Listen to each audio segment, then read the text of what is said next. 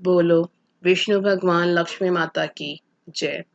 आज मैं माघ मास महात्म्य अध्याय 27 का गुणगान करती हूँ। अगर आपको अच्छा लगे तो लाइक शेयर सब्सक्राइब जरूर कीजिएगा। प्रेत कहने लगा कि हे पथिक, मैं इस समय तुम्हारे पास जो ये गंगा जल है मांगता हूँ, क्योंकि मैंने इसका बहुत कुछ महात्म्य सुना है। मैंने इस पर्वत पर गंगा जल का बड़ा अद्भुत आश्चर्य देखा था, इसलिए यह जल मांगता हूँ। क्योंकि मैं प्रेत योनि में अति दुखी हूँ। एक ब्राह्मण अनधिकारी को यज्ञ कराकर ब्रह्मा राक्षस हो गया। वह हमारे साथ 8 वर्ष तक रहा। उसके पुत्र ने उसकी अस्थियों को इकट्ठा करके गंगा में कनखल स्थान में गिरवा दिया। उसी समय वह राक्षस तव त्याग कर सदगति को प्राप्त हुआ। यह मैंने प्रत्यक्ष देखा है, इसलिए मैंने तुमसे प्रार्थना की है। मैंने पहले जन्म में तीर्थ स्थानों में बड़े बड़े दान लिए थे और उनका प्रायश्चित नहीं किया था। इसी से मैं हजारों वर्ष तक इस प्रेत योनि, जिसमें अन्न और जल मिलना अति दुर्लभ है, दुख पा रहा हूँ। इस योनि में मुझको हजारों वर्ष बीत गए। इस समय आप जल देकर मेरे प्राणों को जो कंठ तक आ गए हैं बचाओ। कुष्ठ आदि रोग से भी मनुष्य प्राणों को त्याग करने की इच्छा नहीं करता। देवदूती कहने लगे कि ऐसे उस प्रेत के वचन सुनकर वह ब्राह्मण बड़ा विस्मित हुआ और वह अपने मन में विचारने लगा कि संसार में पाप और पुण्य के फल अवश्य आ पड़ते हैं। देव दानव मनुष्य कीड़े मकोड़े भी रोगों से पीड़ित होते हैं। बाल तथा वृद्धों को मरने, अंधा तथा कुबड़ापन, ऐश्वर्य, दरिद्रता, पांडित्य तथा मूर्खता सब कर्मों से ही होता है। इस कर्म भूमि में जिन्होंने न्याय से धन इकट्ठा किया वह धन्य है।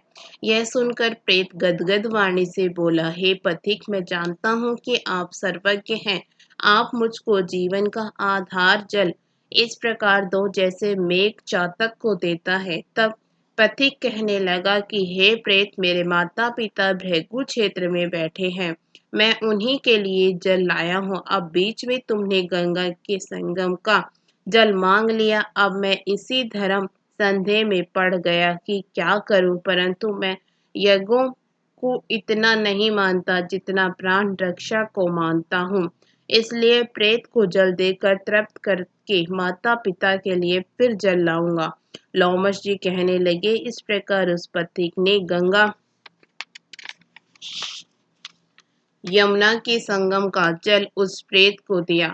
उस प्रेत ने प्रीति पूर्वक जल को पिया। उसी समय वह प्रेत शरीर को छोड़कर दिव्य देहधारी हो गया। केरल कहने लगा कि बिंदु मात्र गंगा जल से वह प्रेत मुक्त हो गया। हम समझते हैं कि ब्रह्मा जी भी इस जल के गुण का वर्णन नहीं कर सकते, नहीं तो महादेव जी इस जल को मस्तक पर क्यों धारण करते। इस संसार में जो मनुष्य काया, वाचा और मनसा के पापों से रंग गए हैं वह गंगा जल के बिना नहीं धुलते।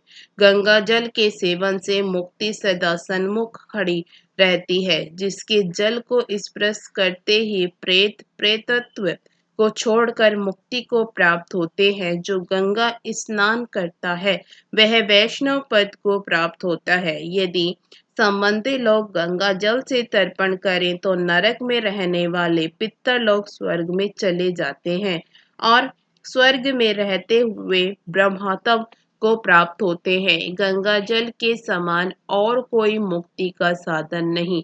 वह प्रेत वहां से चला गया और 1 मास में जब माघ मास आया तो उसने सुने हुए प्रयाग महात्म के अनुसार गंगा यमुना के संगम पर स्नान करके पिशाच शरीर को धारण कर भक्ति पूर्वक नारायण की स्तुति करता हुआ वह द्रविड़ देश का राजा गंधर्वों से सेवित उत्तम विमान पर बैठकर इंद्रपुरी को गया। सो हे द्विज, यह इतिहास पापों का जल्दी ही नाश करता है। इससे धर्म का ज्ञान होता है। यह पुण्य, यश तथा कीर्ति को बढ़ाने वाला है, ज्ञान तथा मोक्ष को देने वाला है। तुम भी सद्गति पाने के लिए प्रयाग चलो। वहां पर हम ऐसा स्नान करें जो देवताओं को दुर्लभ होता है।